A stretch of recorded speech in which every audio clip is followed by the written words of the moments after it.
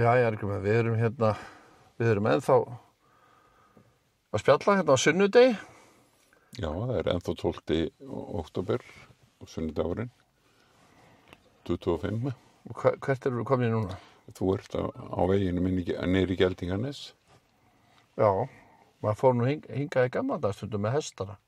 Já, ég gerði það nú aldrei en ég fór ríðandi held ég í gamla dag. Varstu með þína í Saltvík kannski? Nei, aldrei. Nei, þegar maður var hjá Fák, það var farið hingað Geldinganes og svo upp í Saltvík. Já, stjúpmi var miklu meira, hann var meir sjálfstæði girðingar af því hann var svo mikið í þessu. Já, var Saltvík ekki bara yfir veturinn og bara það geng úti? Nei, það var smalað alltaf sko á haustin fyrir jólin í Geldinganesi. Það ekki?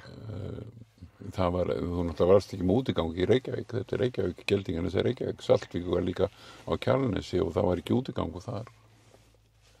Þannig var þetta bara fram á haustu. Það var reyndar í Saltvík. Ég man eftir því. En ég nú svona bara aðeins að pröfa þetta við erum að við vorum að ræða áðan fundin í sem var í Arion-banka. En nú ætlum við að tala, nú ætlum ég að spyrja út í að þið verum alltaf óundirbúnir. Það skilyrði. Það minnst það langt skemmtilegast. Skilyrði fyrir upptökunni, það menn séu óundirbúnir. Þú fórst á 2 fundi nú í síðustu viku. Það var fundur, það var fundur fyrir rúmlega viku síðan í Valhöll á laugardegi, morgunfundur hjá félagi sjálfstæðismanna fullveldismál og málfundafélaginu Frels og fullveldi útlendingamál. Þar voru 3 framsögumenn, Diljá Mist, Einarsdóttir, Helgi Magnús Gunnarsson og Ólafur Íslason. Og síðan það var á laugardegi fyrir rúmlega viku og svo núna á þriðjudaginn var í Iðnó, þá var það stærri fundur. Það var í Iðnó, smekkfullt húsið, þar voru 7 framsögumenn og þú varst á báðum fundunum. Var á báðum fundunum. Segðu mér eins frá þessum fundum. Fundur náttúrulega, ef þú vilt byrja á fundinum í Valhöll, þá var hann ótrúlega frábær. Þar þessi 3 framsögumenn fóru þar á kostum, þó sérstaklega Helgi Magnús, hann náttúrulega átti í rauninni sviðið af því hann var svo hreinskilinn og hafði svo djúpan skilning á stöðunni á útlendingamálum Íslandi. En það sem var athyglisvert við þennan fund í Sjálfstæðisflokknum var það að það komu 23 gestir fengu að fara í pallborð því þetta var málfundur og hver einasti einstaklingur sem kom í ræðustólinn, hann talaði að mikill skynsemi. Fundurinn stóð í 3 klukktíma, áttu upp alveg að vera 2 tímar. Það var vegna þess að það var svo mikil umræða sem fór fram á fundinum. Og ég lærði alveg opbóðslega margt á hann af öllum sem að voru að tala þarna. En Helgi Magnús, hann fór í mestu smáatriðin ofan í stöðuna frá réttarfarsstöðunar sjónarmiði og kostnaðarsjónarmiði. Hann var mjög skýr með það allt saman. Hvernig hann sá það, hann talaði sem fyrrum ríkissaksóknari og hann talaði í 2 ræðum og þar voru báðar jafn frábærar. Þannig að það má kannski koma að báðir þessi fundir hafa verið birtir á YouTube. Á YouTube síðunni undir Frels og fullveldi. Það er @merkið, @frelsi og fullveldi í einu orði. @frelsi og fullveldi í einu orði. Þá kemur upp síða Frelsis og fullveldis á YouTube og þar eru báðir fundirnir komnir. Já, það gaman að heyra það. Ég hef ekki prófað að fara þar inn, en ég var á þessum fundum og maður þarf ekki að endurtaka og þeir voru bara báðir góðir og málefnilegir annar útlendingamálin og stöðuna sem það kostnaðin sem aftur. Enginn veit almennilega, það sko með alla þessu erlendu gesti sem eru á Íslandi, það náttúrulega fangelsin eru full af erlendum gestum. Hótelin eru og það verið að leigja húsnæði út allan bæ fyrir erlenda gesti og nú þeir lenda stundum að rífast erlendu gestirnir og þá þarf að kalla út 10 manna lögreglulið til þess að heimsækja slíta þau sundur og það er engin smá kostnaður sem við þetta. Síðan það læknisþjónusta og skólaþjónusta og það var nú fjallað það líka, þannig að skólamálin. Það erfitt að kenna í skólum með þar sem að 27 eða 30 tungumál þarf að vera í bekknum. Það erfitt og ef ég ætti barnið mitt í skóla í dag, ég hefði miklar áhyggjur af því að það væri í bekk ekki vegna þess að ég var nú giftur sjálfur talinskri konu, þannig að börnin mín nú hálf talinsk, sko, að hafa eitthvað á móti því, heldur það bara að það ekki tími til að kenna á íslensku þegar það þarf að hjálpa fólki á mörgum öðrum tungumálum inn í bekknum. Þannig að það verður engin kennsla í þessu, því miður. Það er bara mín persónu skoðun í dag og það nú verið að kvarta undan því einmitt að líka að krakkar þessara gesta þeir flosna gjarnan upp úr skóla og vegna þess að það svo erfitt að læra. Þú ert að læra á einhverju tungumáli sem það ekki einu sinni kunni ekki einu sinni sjálf sem heitir enska. Og þú ert að reyna að kenna á ensku og þú ert kannski frá einhverjum öðrum þjóðríkjum en enskum og það hefur aldrei lært ensku, átt að fara að læra ensku á sama tíma þú ert að reyna að kenna líka íslensku. Þannig að þetta er eitthvað sem ég sé ekki gengi. Helgi Magnús Gunnarsson, hann fyrrverandi vararíkissaksóknari. Já, hann og var rekinn. Það má orða það þannig. Hann var sendur á eftirlaun. Já, það var vegna þess að hann þótti of skoðanasterkur skoðan sinni á þess að hann mátti ekki tjá þær í vinnunni. En hvernig, ég ætla að spyrja það á þessu fundi, hvað sagði hann? Hann alltaf hefur reynslu af þessu Hann sagði ekkert vont neitt, hann meiri sig að sagði, ég myndi gjarna vilja sjá útlendinga á Íslandi, það bara málið þegar þeir eru að koma inn eftir réttum leiðum og í gegnum rétt kerfi sem að virkar. Og það ekki, þú hrúar ekki fólki hérna inn og sem kalla bara hjálp og fer beint á kerfi þegar fólk þarf að fara í einhvers konar aðlögun, það við þurfum að geta valið líka eitthvað hvernig við stöndum að málunum, ekki bara skítarettaði á Keflavíkurflugvelli eins og verið að gera. Svo var nú talað kostnaðinn, það var nú talað 100 milljarða. Já, sko, það veit enginn. Sem þetta kostar á ári? Það veit enginn, það búið að koma fram og það bara mín persónu skoðun á útlendingamálum. Bjarni Benediktsson, hann var fjármálaráðherra. Á Íslandi það þannig að það stofnun sem heitir útlendingastofnun sem á að sjá útlendinga. Alla gesti sem koma til landsins eiga að fara í gegnum útlendingastofnun og alla leyfisveitingar og allt þetta eru gegnum útlendingastofnun. En það búið að setja vinnumálastofnun í þetta sem íslenskt fyrirtæki fyrir Íslendinga á að sjá atvinnu og atvinnuöryggi á Íslandi og atvinnuleysis-öryggi á Íslandi og þegar vinnumálastofnun hefur aðgang á sjóð sem heitir tryggingagjaldsjóður sem öll fyrirtæki borga í og það eru risapeningar sem fara í tryggingagjaldsjóð og Bjarni Ben sagði að fundi í Valhöll fyrir margt löngu síðan, ekki mjög löngu, það svona kannski 2 ára eða eitthvað. Já, þegar við fundum það út að það væri hægt að nota vinnumálastofnun, nota tryggingagjaldsjóðin fyrir útlendinga, þá letum við undir vinnumálastofnun og vinnumálastofnun að leigja. Það hefur verið fjallað það, Sigfús Aðalsteins hefur fjallað það sem að stofna betri borga eða hvað heitir, nýr stjórnmálaflokkur. Hann hefur fjallað það að það verið að leigja Jóðhúsi gamla fyrir 300 og eitthvað milljónur ári undir gesti og útlendingastofnun spyr rauninni ekkert að kostnaðinn, hún bara tekur á leigu og hún líka að keppa við krakkan okkar leiguna, þegar einhvers staðar auglýst íbúð til leigu, þá kemur útlendingastofnun og segir, ég borga hærra og ég borga fyrirvangreiðsluna sem að hinni get ekki gert, þannig að við sittum á götun og börnum fá ekkert húsnæði til þess að stofna fjölskyldur, íslensk börn, vegna sem það fara allir peningurinn í að keppa markanum við stofnanir sem hafa nóg fjármagn. Tryggingagjaldsjóður, það veit enginn hvað peningur í honum og ég ég ekki viss að það sé neitt eftirlit á tryggingagjaldsjóðnum. Ég held að sé mjög lítið eftirlit bara á öllu. Allt sem heitir eftirlit, þessi eftirlit ekki að standa sig svona Nei, það er það sem við höfum náttúrulega lært mjög víða í íslensku stjórnsýslu. Hún virkar ekki og við höfum fjallað það mjög í okkar vídeóm sem er á Facebook.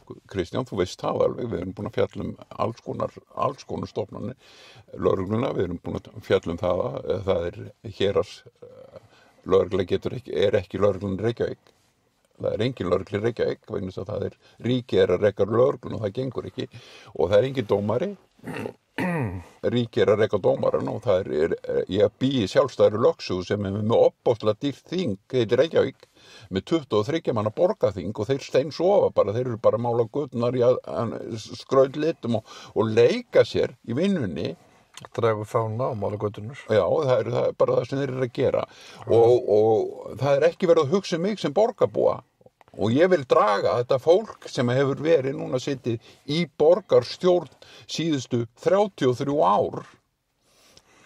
Ég vil draga bara til ábyrgðar. Við erum náttúrulega aðeins nú fyrir efni núna, en það er alltaf að koma að þessu. Þú talar þetta heitir okkar borg, þvert á flokka, nýju flokkur, en mér finnst það ekki nógu gott nafn. Ég myndi náttúrulega, það er miklu betra að mínum máti að hafa þetta borgin okkar, þvert á flokka. Já, þetta er borgin okkar en ekki okkar borg. Það er svona þjálla að segja borgin okkar. Ég sjálfur hef persónulega engan áhuga hvað einhver flokkur heitir eða einhver hópur heitir. Ég er ekki hóp, ég er argumur bara að tala frá mínu sjónarhorni og af því vegna þess að ég hef lent í þessu kerfi og ég bara er að segja frá því sem ég hef lent í og hef lært fyrir mig. En ég ætla að minna núna bara á aftur Facebook-síðuna, Frelsi og fullveldi. Nei, fyrirgefðu líka Facebook-síðunni, Frelsi og fullveldi og YouTube-síðunni, Frelsi og fullveldi. Þar er þetta, en við höldum okkur núna, eða færum okkur yfir í Iðnó, þannig stóra fund sem var þar núna í vikunni. Viltu ekki setja það í aðra upptöku, Kristján? Ég myndi freka vilja gera það er mikið skemmtilega. Nei, tökum það bara. Vegna þess að sáfundur var ekki síður merkilegur og það voru 7 framsöguna aðilar.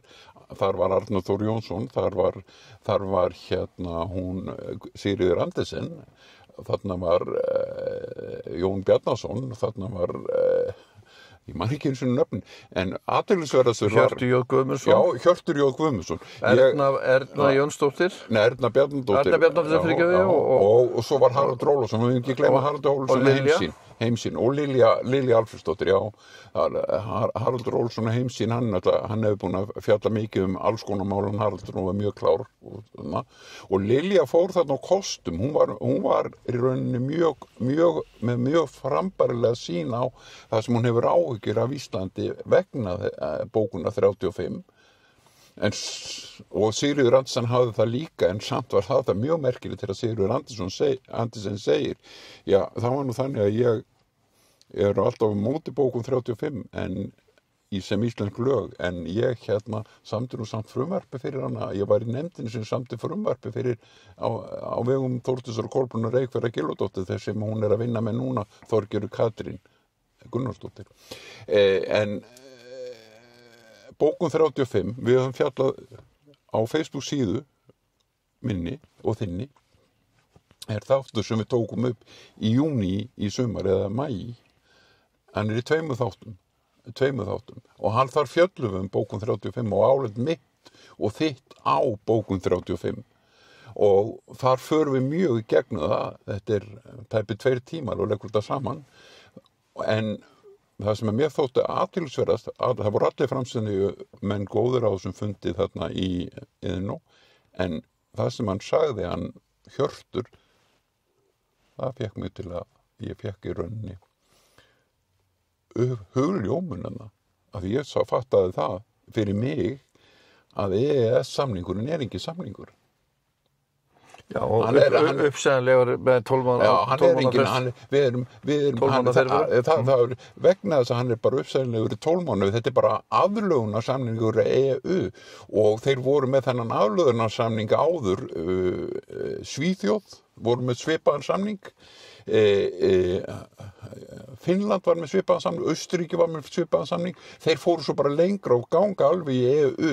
Ísland bara búin að vera í fordyrum á EU í 33 ár. En ef við draugum þetta saman, Lilja búin að breyta skoðun, Lilja Alfreðsdóttir, hún búin að breyta skoðun, þau voru öll á móti því bókun 35 ætti að leiða til lög. Þau voru Sigurður Andersen talaði um þetta verið svona flókið lagatæknimál, þannig að kannski en almenni borgari kannski hefði ekki sérstaklega á þessu og nennti ekki að fylgjast með þessu. En svo, eins og þú sagðir, Hjörtur Jóð Guðmundsson, hann var svona meira kannski að útskýra út á hvað það gengi. Mér skilst að Þorgerður, ef við draugum þetta saman, þú bætir í þetta, Þorgerður Katrín svona, þetta eitthvað áreiti frá að utan og eftirlis Esta hefur verið að reka og eftir þetta sé gert og það eiginlega bara verið að svona fari í þetta ferli núna til þess að fá frið frá... Það var Sigríður Andersen sem sagði það að þetta væri letismál ráðherrann Þórdísar Kolbrún Reykfjörð Gylfadóttir því að hann hafi staðið í bréfaskriftum Guðlaugur Þór, það var byrjað að ýta á þetta þar og þeir ráðherrar sem voru undan Guðlaugur Þór, þeir höfðu bara ýtt þessu undan sér. Þórdís Kolbrún nefndi því ekki, sagði Sigríður Andersen á fundin, hún sagði bara þetta leti, hún notaði orðið leti og vill ekki hafa þetta á borðinu hjá sér, þannig að hún vildi búa bara til íslensk lög þetta og þessi íslensku lög sem verið að fjalla bókun 35 bara afhending á íslensku stjórnkerfi viðskiptalega séð inn í tómarúm af því að EES ekki að biðja þetta, það enginn að biðja þetta. Það vantar bara eins og við fjöllum í okkar eigin þáttum, voru búin að fjallum í maí eða júní í sumar, sem í tæpa 2 tíma. Forseti Íslands veitir undanþágu frá lögum. Það þarf að veita undanþágu frá kannski 20 lögum og kannski 100 lagagreinum í 20 lögum, sem að forsetin gerir. Það bara 150 blaðsíður, undan þá frá þessu, við samningin, ekki almenn að undanþágur, heldur samningurinn, sem hefur ákveðið númer og með ákveðina dagsetningu, hann fær frávik frá lögum. Já, síðan líka þetta, það var minnst á Landsvirkjun. Það talaði líka Landsvirkjun. Já, sko, það var út í sal, það var annað athyglisvert þarna, þó að það hafi ekki komið í pallborð. Það var annað mjög athyglisvert við þennan fund, hann var bara stór glæsilegur líka, nákvæmlega eins og Valhallafundurinn, bara þetta var sviðskurt málefnið, en alveg eins og Arion-bankafundurinn, hann var 3. málefnið sem var, þetta allt saman opbóðslega stóri, þetta var þéttskipaðir fundarsælir á öllum stöðunum, á mikið semst hitamál bæði bókun 35 og útlendingamálin voru, en þetta var samt rætt af skynsemi og allir sem stóð upp í Iðnó og sem báðum orðið töluðu skynsemi og spurða skynsemi þó þeir ekki komið í pallborð, í ræðustólinn eins og í Valhöll. Í Valhöll voru 23 hleypt í ræðustólinn fyrir utan framsögumennina. Og ég bara, þegar Geir Vói sem var fundastjóri í Valhöll segir þetta, það eru konið 23 og maður bara, það var maður ólíkindum að því að það var svo mikið skynsemi sem kom þar. Í Iðnó þá voru svona 10-20 maður sem stóðu upp og hver einasti maður spurði spurningar af skynsemi. Já, alltaf ekki verið 20 sem, annað 23 sko í Valhöll sko með 3 framsögumenn. Já, og svo voru 7 framsögumenn þarna í Iðnó og 2 fundastjórar, Guðni Ágústsson, fyrrverandi ráðherra og séra Geir Voga. Og síðan voru ykkur út í sal, ég veit ekki, 6-8 manns kannski sem töluðu út í sal. Já, báðir þessi fundi, bæði fundurinn í Valhöll og fundurinn í Iðnó voru það sem var svo skemmtilegt að sjá, það var fólk úr öllum flokkum landsins. Eftir að vera búin að vera á fundum út allt í 17 ár, þá sá maður bara fólk úr öllum flokkum landsins á þessu fundi.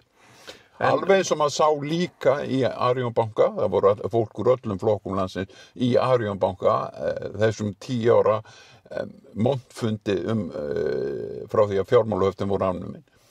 Þannig að það eru 3 stórir fundir búin að vera núna á rúmri viku. Þannig að núna þetta frumvarp á bókun 35, það sérst komið í gegnum fyrstu umræðu og menn hafa bara áhyggjur en svo, já, áhyggjur og ekki áhyggjur, menn bara trúið ekki ennþá að þetta fari gegnum þingið. Ég sko, ef menn ætla að vera svona svakalega heimskir að setja þetta í gegnum þingið, þá fossetinn, konan sem tók að sér að vera fosseti hérna, þá verður hún bara að neita undirskrifta á þetta. Af því þetta þarf að fara í þjóðaratkvæðagreiðslu ef menn ætla að senda Ísland með allt viðskiptalífið út í tómið. Af því það verður ekkert eftirlit. Íslendingar munu segja, ef útlendingar spyrja, byrju, hvernig eigum við að standa viðskipti í Ísland? Þá segir Íslendingar, þau verður að tala við ESA, EES fyrirgeðu og ESA sem er eftirlitsnefnd með samningnum. Þið verður að tala við þá og svo bendir ESA og segir, heyrðu, þið verður að tala við Ísland og svo verður benda hver á annan og þjófarnir og ævintýramennirnir verða fljótir að fatta þetta og það verður stjórnlaus þvæla í viðskiptum sem að fara Ísland inn í framtíðina. Stjórnlaus þvæla. Já, herðu, það fyrir nú að styttast í sjökur núna, en við hefum eftir að ræða eitt atriði, það er í sambandi þetta. Svo náttúrulega, sko, vita allir sem vilja vita. Svo hlærðu bara þessu. Svo vita allir sem vilja vita að þetta stenst ekki stjórnarskrána. Þetta er bara, sko, þannig að, sko, þetta er markleysa. Þetta er ekki markleysa meðan engin kvartar út frá stjórnarskrána. Stjórnarskráin er þannig, það er siðleysa búa til þessi lög, það er siðleysa búa til, en þau er ekki ólög af því að Alþingi má búa til lög á hvolfi, það má búa til lög á hvolfi, það má bara ekki framkoma lög á hvolfi. Og málið er það að það þarf einhver einstaklingur að rísa upp og segja, ég vill þetta ekki, það er verið að skemma mitt líf með lögum bókun 35. Það er verið að skemma, þú verður að tala í eintölu. Og ef að menn myndi tala í eintölu og segja, ég er alveg á hreinu, ég vill það ekki, það er alveg á hreinu, en það heyrir enginn í mér, það hefur aldrei heyrt. Og en það er bara leiðum en byrja að standa upp og segja ég vill ekki, þið verður að borga mér fyrir þetta, af því þetta eru skapóta skylt dæmi að afhenda einhverjum leyfi til að gera eitthvað á Íslandi í viðskiptalífinu. Ef þú væri núna að koma út úr skóla, væri bara 20 eða eitthvað, 25 ára, kannski að koma út úr háskóla, myndirðu búa í Íslandi? Hver myndirðu vilja eiga framtíðina núna? Ég fer ekki neitt frá Íslandi, ég á Ísland og það hefur ekkert með það að gera, það er betra að búa, stelpa mín var fluttið til Danmörkur og hún segi, pabbi það er 100 sinnum meira þægilega að búa í Danmörku, maður þarf ekki að opna blöðin og lesa hörmungarnar, þeir eru verið að taka íbúðirnar eða ræna hver annan í þessu landi eða þeir eru að rífast eitthvað sem þarf ekki myndi aldrei þurfa að rífast því að sjónvarpið fullt af véfréttum, blöðin eru full af véfréttum þar sem við erum að taka hvort annan niður sem Íslendingar og engum finnst það neitt athuguna vert en ég myndi gjarnan vilja stelpa mig flytta aftur til Íslands en núna er þetta búin að finna sér danskan kærasta og þau munu bara búa í Danmörku en ég á og hún á var líka á Ísland og ef við gerðum Ísland upp að þá myndum við fá marga milljónir út úr þeim hlut sem við eigum að því við erum 380.000 íbúar og við þurfum að fara að gera það upp eða að fara að búa til nýtt lýðveldi hérna með aðfluttu fólki þá verðum við að gera upp Ísland fyrst. Sovétríkin voru gerð upp þegar þau hrundu, þá voru þau gerð upp. Þýskaland var gert upp á sínum tíma bæði eftir Weimar lýðveldið og líka Þriðja ríki Hitler, það var gert upp. Júgóslavía var gerð upp þar sem að menn fá peninga til þess að áðurinn stofna nýtt ríki og það er verið að stofna nýtt ríki þau eru út að hleypa fullt af fólki inn á vegabréfum sem er ekki fædd á Íslandi og leyfa fólki dvalarleyfi og kosningarétt sem kemur bara koma sem gestir og þeir ganga inn í lífeyrissjóðinn og eftirlaunum og tryggingagjaldið og allt saman þó þú sé bara búin að vera örfá ára á Íslandi en ég er búin að borga í alla mína vinnuæfi ég vann í 35 ár og ég borgaði hæðstu gjölda því ég var að reyna að vinna mikið, var að vinna fram á kvöld og með helgar og allt og borgaði risa skatta og allt. Ég fæ ekki fyrir það í dag. Ekkert. En það er verið að gefa þessa peninga til fólk sem það komið flugvélinn í gær og það er komið á styrkið á morgun. Ég hef bara engan áhugaði að gera þetta. Ég vil láta gera Ísland upp og þá geta þeir tekið á móti fólki eins og dettur í hug. Og því að þá er ég búin að fá mína peninga út úr því. Þú getur flutt með þá eitthvað kannski eða komið með fyrir á Íslandi aftur upp og nýtt. Þetta loka orðin eða eitthvað? Þetta er ekki komið nóg. Ég held að þetta sé bara komið nóg. Jú, það er komið nóg, en svona... Viltu að ég fara að gráta á þetta? Nei, af því að þessi fundir voru þannig sem að maður er bæði bókun 35 og við sögðum það í sumar, Kristján, mörgum mánuðum áður en að fundurinn Iðnó var bókun 35, þá vorum við búin að taka upp þátt í 2 hlutum bara bókun 35 og þar sagði ég bara ég fer að gráta bara út af heimskunni sem í kringum þetta og ég segi það líka með bókun 35 Iðnó-fundin og ég segi það líka með Valhallafundin en báður fundirnir lýstu vel, voru fullir af fólki úr öllum flokkum sem að höfðu áhyggjur af samfélaginu sem kallað er í Ísland. Þá bara mælum með því að fólk fari á Facebook síðu eða YouTube síðu Málfundafélagsins frelsis og fullveldis og þar eru þessi myndbönd frá báðum fundunum. Já, bara gott hjá þeim. Svo bara sjáast við hvað á næsta fundi? Já, þú ræður því. Arngripur, gaman að spjalla þig. Alltaf.